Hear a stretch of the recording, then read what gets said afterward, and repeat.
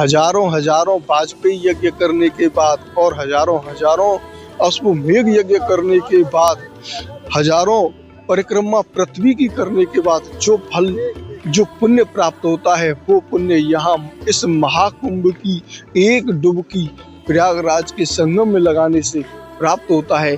ऐसा संयोग इस बार बना हुआ है।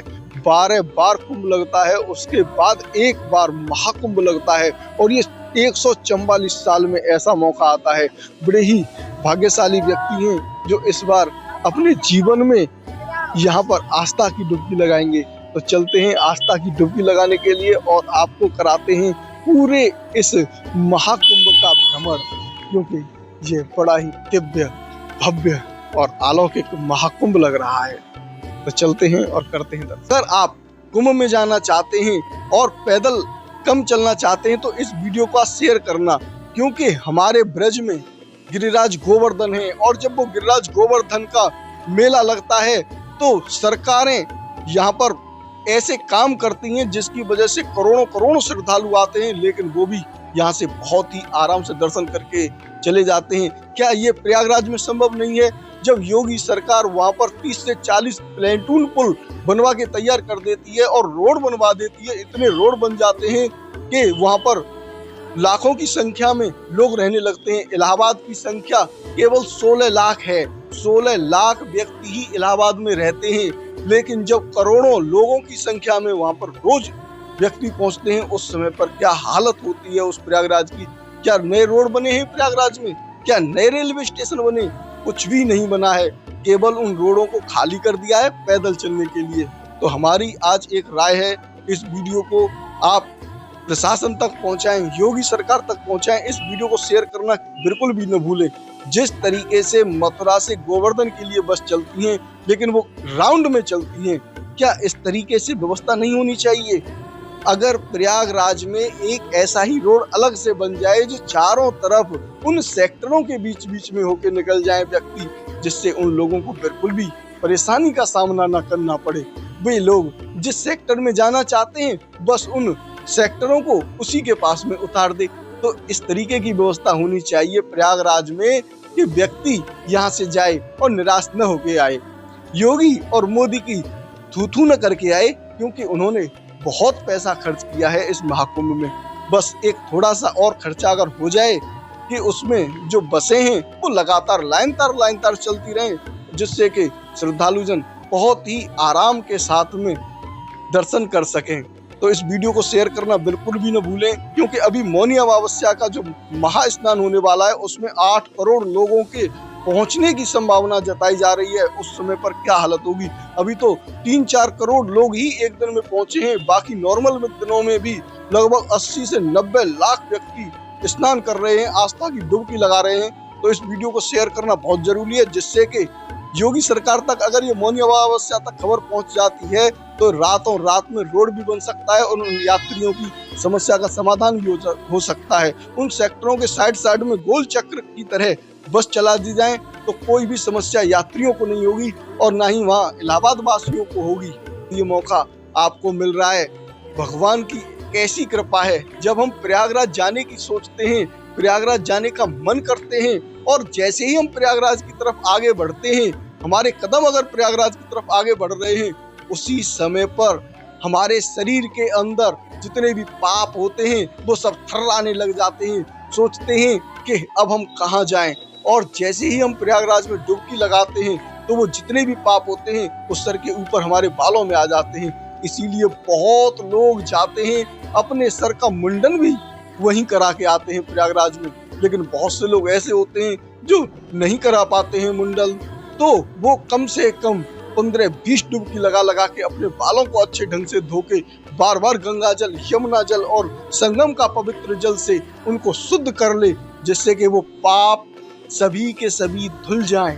अपने मन को पवित्र कर लें यमुना जी में, गंगा जी में, और जो संगम है, दोनों का संगम होता है, उसमें अपने मन को पहले चित्त कर लें। बिल्कुल शांत मन से हो आप ऐसी डुबकी लगाएं आस्था की कि आपके मन को तृप्ति मिल जाए। जब आप वहां से निकल के आएंगे, वापस आएंगे, तो आप देखेंगे कि मेरा शरीर कितना हल्का हो गया, कैसी अद्भुत कैसी दिव्य आपको अनुभूति प्राप्त होगी जो शब्दों में बयान नहीं कर सकते हैं। तो आप कुंभ जरूर जाएं, भीड़ से बिल्कुल भी न डरें, क्योंकि भीड़ तो हमेशा रहेगी और रहती है, लेकिन इस कुंभ में आपका जाना बहुत जरूरी है। लेकिन अगर आप जाएं तो पहले तैयारी कर लें पैदल चलने की, क्योंकि नॉर्मल दिनों में भी वहां पर कोई भी बस, टेम्पू, ई रिक्शा कुछ भी नहीं चल रहा है। केवल और केवल चल रहे हैं तो वहाँ के लोकल वाहन चल रहे हैं। कुछ इस तरीके के वाहन हैं वहाँ पर, जैसे माल ढोने वाले होते हैं हमारे यहाँ पर, वो वाहन भी वहाँ पर चल रहे हैं। उनमें भी यात्रियों को भूसे की तरह भर दिया जाता है और उनसे भी 100-100 रुपए 1-2 किलोमीटर के लिए लिए जाते हैं। तो इस तरीके से खर्चा बचाने के लिए अगर आप जाएं तो पैदल चलें, क्योंकि भगवान की प्राप्ति ही तब होती है जब हम कष्टों में जाते हैं। कष्ट ही हमारे शरीर में से उन पापों को निकालते हैं। आज हम आए हैं प्रयागराज में, और प्रयागराज में भक्तों के लिए किस तरीके की दुविधाएं हो रही हैं, किस तरीके से भक्त परेशान हो रहे हैं, किस तरीके से भक्त चलने को मजबूर हैं। हमने प्रयागराज के अनेकों यूट्यूबरों के वीडियो देखे, अनेकों न्यूज़ों पे हमने जो खबर देखी, उससे हमें पता चला कि अब प्रयागराज में कोई खतरा नहीं है। हम अपने बच्चों को साथ में लेके चले गए प्रयागराज, और प्रयागराज में पहुंचने के बाद हमें पता चला स्टेशन पर कि टेम्पू मिल रहे हैं, ऑटो मिल रहे हैं, लेकिन उनका रेट सुन के हम दंग रह गए, क्योंकि हमारा जो बजट था वो बहुत ही कम था, और इतने कम बजट में हम इतनी लंबी यात्रा कैसे करते, क्योंकि हम गए पहले ही बस से थे, और बस का किराया तो आपको पता ही है कितना होता है। जहां ट्रेन में 100 रुपए लगते हैं, वहां बस में 1000 रुपए लगते हैं। तो इतना बड़ा डिफरेंस था। और जब हमने सुना कि इतने पैसे, ये 500 रुपए केवल 2-3 किलोमीटर के ले रहे हैं, तो होश उड़ गई। उसके बाद फिर हमने पैदल चलना प्रारंभ कर दिया। शॉर्ट रास्तों के माध्यम से हम उस कुंभ की नगरी में तो पहुंच गए, और हमें जितनी चीज देखनी थी उतने पैसे टेम्पू और ऑटो में ही चले गए। जितने पैसे का बजट था वो सब समाप्त हो चुका था। केवल हमने आस्था की डुबकी लगाई, और डुबकी लगाने के बाद हम चल दिए वापस। अगर आप भी कुंभ जाना चाहते हैं तो ये गलती मत करना। अगर आपके पैरों में दम है लगभग 20 किलोमीटर चलने का, तो आप कुंभ में जाना, और कुंभ में जरूर जाना, क्योंकि ये मौका बार बार नहीं आने वाला है। 144 साल बाद ये मौका आपको मिल रहा है। साथियों, आपने इस वीडियो को अंत तक देखा, उसके लिए बहुत बहुत धन्यवाद। इसके बाद एक और वीडियो आने वाला है, जिसमें आपको एक तरफ से कितना लंबा सफर तय करना पड़ता है, ऐसे ही कितने रोड यहाँ पर बने हुए हैं, उन सब की जानकारी मिलने वाली है। तो मिलते हैं अगले वीडियो में, तब तक के लिए राधे राधे। बांके बिहारी लाल की जय।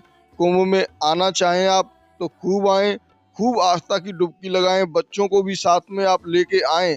लेकिन अगर आपकी चलने की हिम्मत है तो ही आप कुंभ में आएं, क्योंकि अभी यहाँ पर कोई ऐसी व्यवस्था नहीं है। एक सेक्टर कई किलोमीटर के हिसाब से यहाँ पर बना हुआ है, और ऐसे ही 27-28 सेक्टर हैं, 20-25 पुल हैं। उन सब की जानकारी आपको अगले वीडियो में मिलने वाली है। तो आप उस अगले वीडियो में देखकर अंदाजा लगा सकते हैं कितना बड़ा एक सेक्टर है और कितना समय लगता है। यहाँ पर अस्थायी टावर भी लगाए गए हैं, और सब कुछ यहाँ पर रेती पर बना हुआ है। लगभग 20 किलोमीटर की ये बहुत ही बड़ी कुंभ की व्यवस्था है, जो रेत पर बसी हुई पूरी एक जिले में तब्दील कर दी गई है। तो ये कुंभ नगरी नया जिला है, जो लगभग 45 दिनों के लिए एक नया जिला घोषित हो जाता है, और इस नए जिले में आना भी काफी मुश्किल भरा है। लेकिन मुश्किल कुछ भी नहीं है, अगर आप आस्था से आते हैं तो आप जरूर पार लगेंगे। राधे राधे।